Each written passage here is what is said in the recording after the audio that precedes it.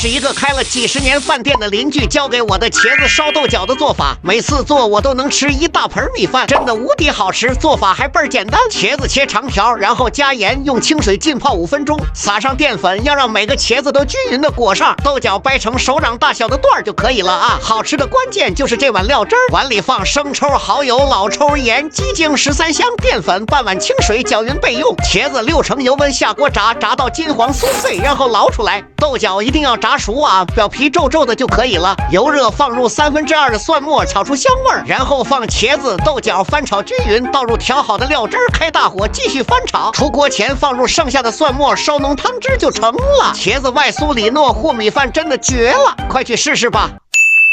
怎么没吃饱呢？